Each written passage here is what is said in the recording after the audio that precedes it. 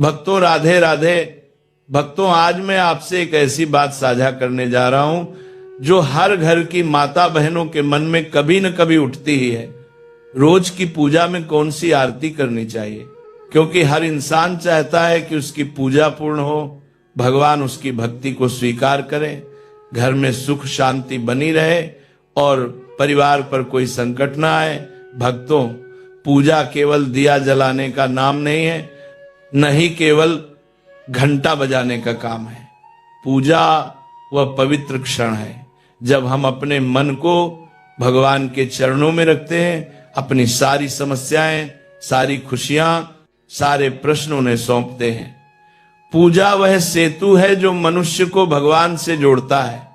इसीलिए यह जानना बहुत जरूरी है कि रोज की पूजा कैसे करनी चाहिए, कौन सी आरती करनी चाहिए और कौन सी छोटी छोटी गलतियां हमसे नहीं होनी चाहिए। आज की भागदौड़ भरी जिंदगी में हमारी माता बहनें ही सबसे अधिक नियमित रूप से पूजा करती हैं। सुबह उठकर घर का काम, बच्चों की देखभाल, भोजन की तैयारी, इन सब के बीच वे भगवान के लिए समय निकालती हैं, अपने हाथ जोड़कर आरती करती हैं, भगवान का स्मरण करती हैं। ऐसी श्रद्धा को भगवान अवश्य स्वीकार करते हैं।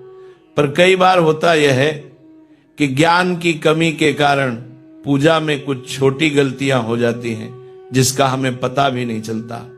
इसलिए भक्तों, आज की ये पूरी बात उन्हीं माता बहनों के लिए है ताकि वे बिना किसी संदेह के पूरी निष्ठा और सही नियमों के साथ रोज की पूजा कर सकें। तो आइए बहुत सरल ढंग से समझते हैं रोज कौन सी आरती करनी चाहिए, आरती कब करनी चाहिए, पूजा की शुरुआत कैसे होनी चाहिए, कौन सा नियम आवश्यक है और कौन सी आरती रोज करने से घर में बरकत, सुख शांति और सकारात्मक ऊर्जा बढ़ती है। भक्तों, याद रखिए, हर घर में पूजा का स्थान सबसे पवित्र होता है, क्योंकि वहीं से दिव्य ऊर्जा पूरे घर में फैलती है और वहीं से भगवान का आशीर्वाद परिवार तक पहुंचता है। भक्तों, घर का वह कोना जहां भगवान विराजते हैं वह केवल लकड़ी, कपड़े या मूर्ति का स्थान नहीं होता, बल्कि वह घर की धड़कन जैसा स्थान होता है। वहीं बैठकर भगवान आपकी हर प्रार्थना सुनते हैं, आपकी हर तकलीफ जानते हैं और आपकी हर छोटी बड़ी मनोकामना को देखते हैं। जिन घरों में सुबह और शाम भगवान के सामने धूप दीप जलता है, आरती होती है, वहां के आधे से ज्यादा कष्ट वैसे ही हवा में उड़ने लगते हैं। क्योंकि जहां रोज भगवान का नाम लिया जाता है वहां दुख, कलह, बीमारी और नकारात्मकता ठहर ही नहीं सकती। इसी वजह से पहला और सबसे जरूरी नियम यही है कि पूजा जितना हो सके सुबह जल्दी कर लेनी चाहिए। सुबह का समय सबसे पवित्र माना गया है। हवा शांत, मन शांत, वातावरण शांत। इस समय की गई पूजा का फल कई गुना बढ़कर मिलता है। इसलिए जितना जल्दी संभव हो भगवान को स्नान कराएं, स्वच्छ वस्त्र पहनाएं और उनके सामने धूप दीप जला दें।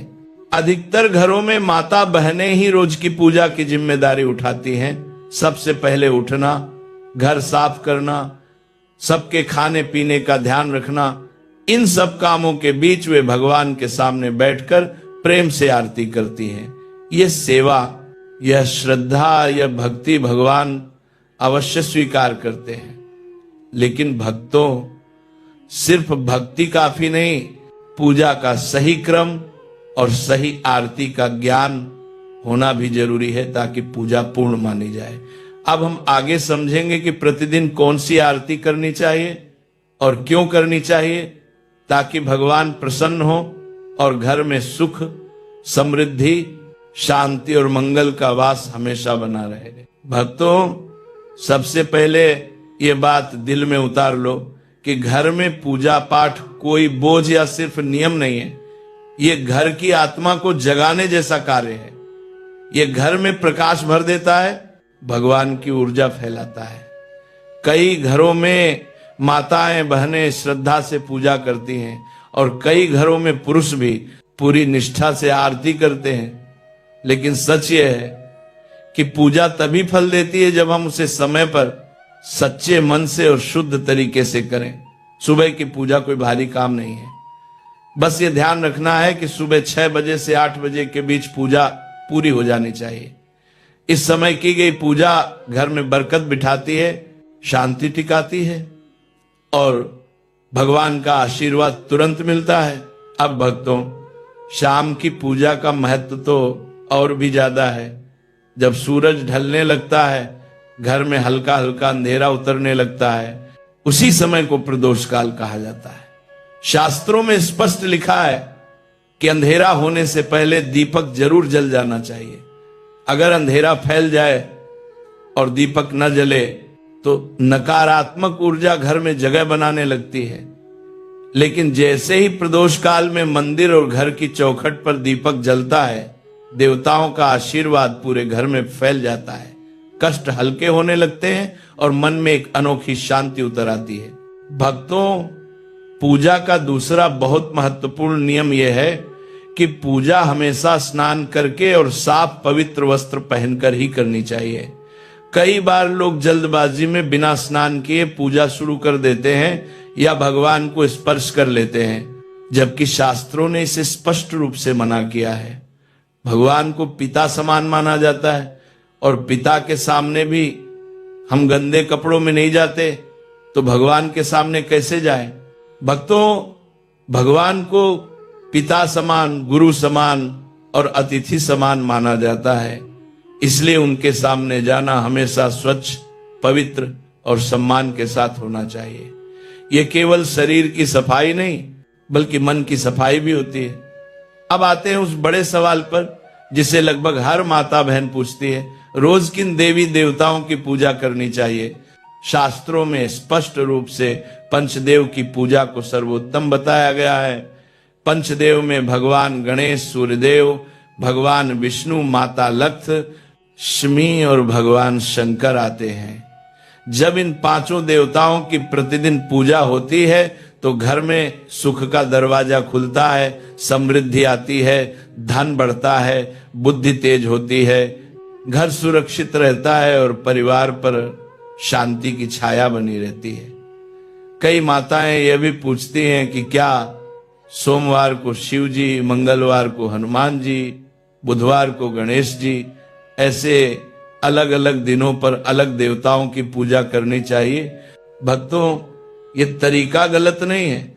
विशेष दिनों में अलग पूजा करना शास्त्र सम्मत है, लेकिन इसे दैनिक पूजा का नियम नहीं बनाना चाहिए। रोज की पूजा में वही पंचदेव सर्वोपरि है। हाँ, यदि आपने कोई व्रत रखा है जैसे मंगलवार, गुरुवार, शनिवार, तो उस दिन उस देवता की विशेष पूजा करना शुभ माना जाता है। लेकिन हर रोज के नियम में गणेश जी और सूर्यदेव की पूजा सबसे पहले करना अनिवार्य है, क्योंकि गणेश जी विघ्न हटाते हैं और सूर्यदेव जीवन में ऊर्जा और सफलता भरते हैं। अब आता है वह सवाल जो हर घर में उठता है, सुबह समय कम हो, काम ज्यादा हो, तो पूजा कैसे करें? कई घरों में सुबह सुबह बच्चों का स्कूल, पति की नौकरी, खाना बनाना, पानी भरना, इतना काम होता है कि लंबी आरती करना संभव नहीं होता। भक्तों, इसका उपाय बहुत सरल है। समय भले कम हो, पूजा कभी मत छोड़िए। स्नान करके मंदिर में एक दीपक जला दीजिए, चाहे घी का हो या तेल का, धूप या अगरबत्ती लगा दीजिए, हाथ जोड़कर भगवान को मन से प्रणाम कर लीजिए। बस, भगवान बड़े अनुष्ठान के भूखे नहीं हैं, वे केवल सच्चे मन के भूखे हैं। आपका भाव, आपका प्यार, आपका नम्र प्रणाम, यही सबसे बड़ी पूजा है। आपका भाव, आपका प्रणाम मनताने में ताके प्रणाम कर ले, मनताने में प्रणाम। अब भक्तों, पूजा शुरू करने से पहले एक बहुत महत्वपूर्ण नियम है। सबसे पहले अपने मंदिर की सफाई कीजिए। मंदिर की सफाई कोई छोटा या हल्का काम नहीं, ये तो भगवान के स्वागत जैसा होता है।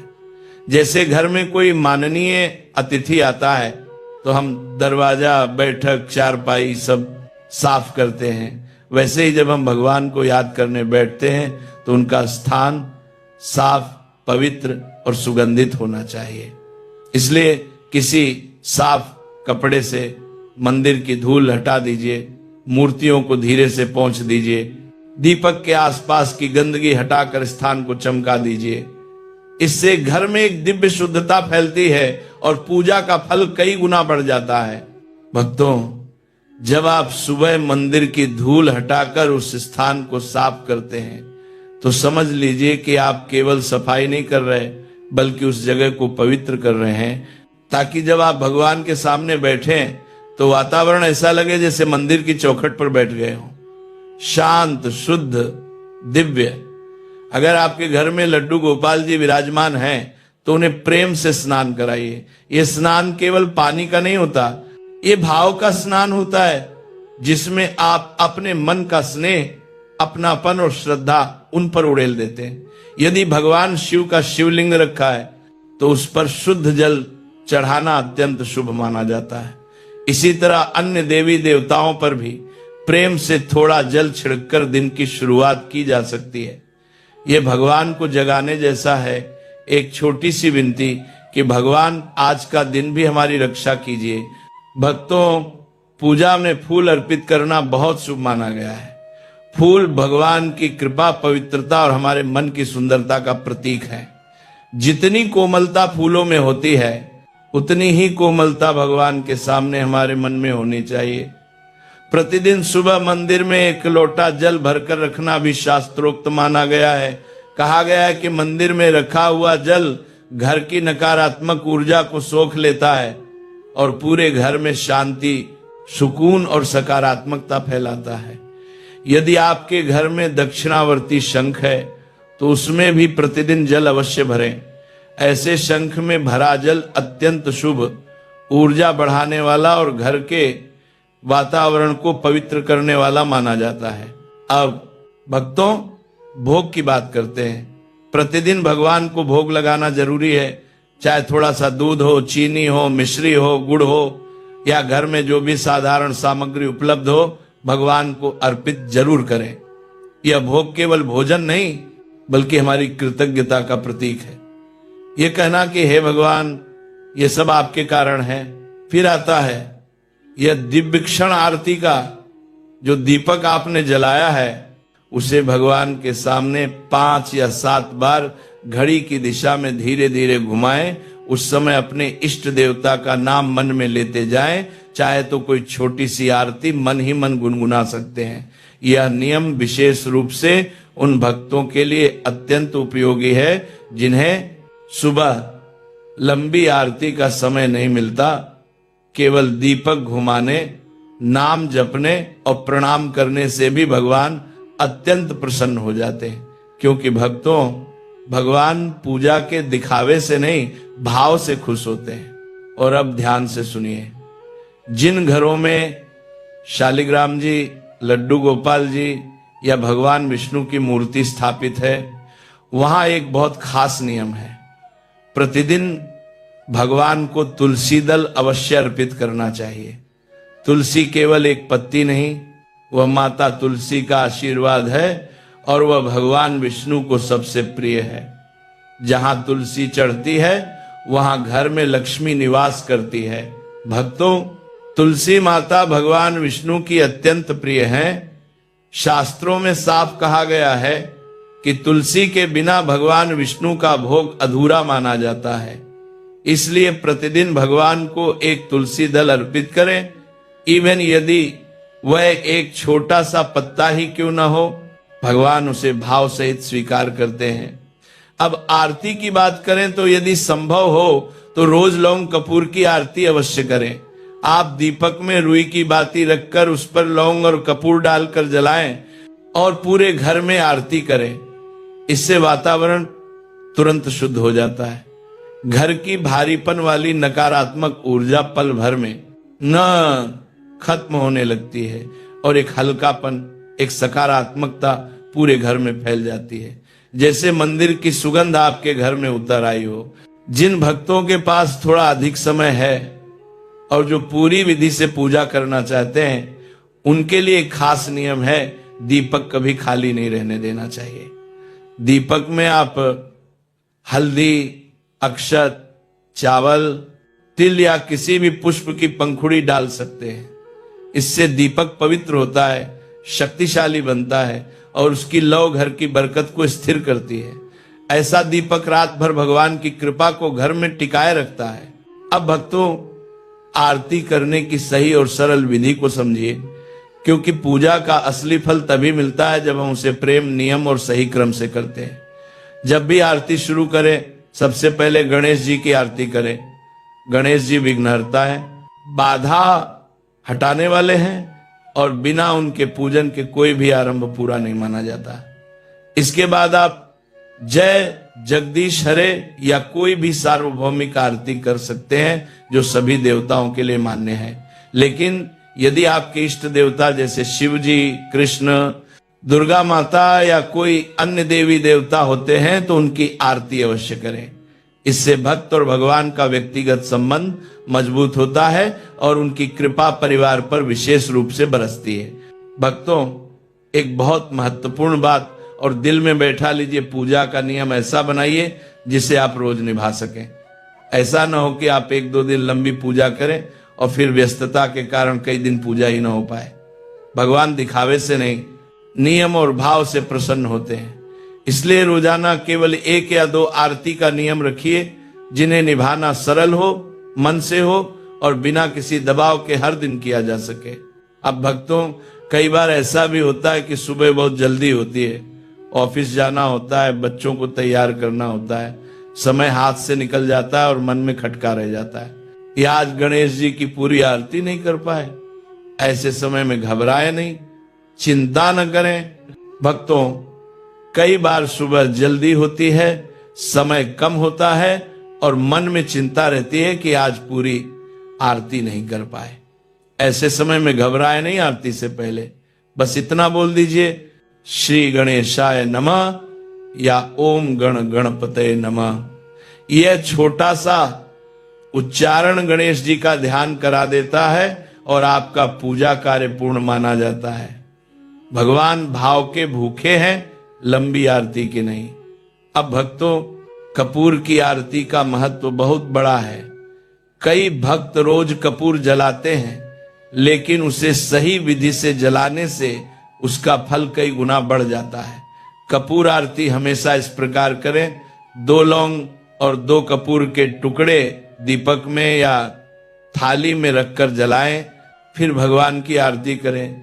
जैसे ही लौंग और कपूर जलता है, घर की नकारात्मक ऊर्जा पल भर में भस्म होने लगती है, वातावरण पवित्र हो जाता है और देवी देवता अत्यंत प्रसन्न होते हैं। शास्त्रों में कहा गया है कि कपूर जलाना घर की हर बुराई, हर नजर दोष और हर अदृश्य बाधा को खत्म कर देता है और सकारात्मकता कई गुना बढ़ जाती है। कपूर आरती के बाद यह शक्तिशाली मंत्र अवश्य बोले, कर्पूर गौरम करुणावतारम संसार सारम भुजगेंद्र हारम सदा वसंतम हृदयारविंदे भवम भवानी सहितम नमामि। यह मंत्र सभी देवी देवताओं की पूर्ण आरती माना जाता है और घर के वातावरण को दिव्य ऊर्जा से भर देता है। इसके बाद आरती को थोड़ा ठंडा होने दें, फिर भक्तों उसे 3 बार अपने ऊपर से उतार लें। ये बहुत पवित्र क्रिया है।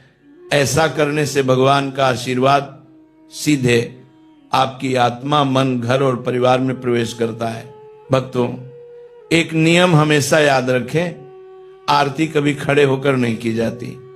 हमेशा आसन पर बैठकर सिर को साफ कपड़े या दुपट्टे से ढककर आरती करनी चाहिए।